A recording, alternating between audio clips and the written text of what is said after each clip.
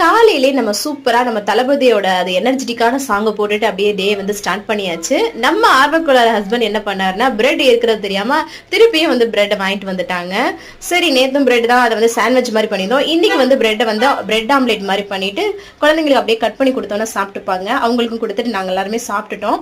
அதுக்கப்புறம் நல்லா சாங் ஓடிட்டு இருந்துச்சா, நானும் பசங்கள்லாம் சேர்ந்து சூப்பரா டான்ஸ் வந்து பண்ணிட்டு இருந்தோம். அதுக்கப்புறமா கொஞ்சம் நல்ல வெயில் வந்துருச்சு. அதுக்கப்புறம் ஆரஞ்சு இருந்தது, பிள்ளைங்களுக்கு வந்து ஆரஞ்சு ஜூஸ் அப்படியே ஃப்ரெஷ் ஜூஸாக வந்து பண்ணி கொடுத்தேன். எந்த சுகருமே வந்து ஆட் பண்ணலை.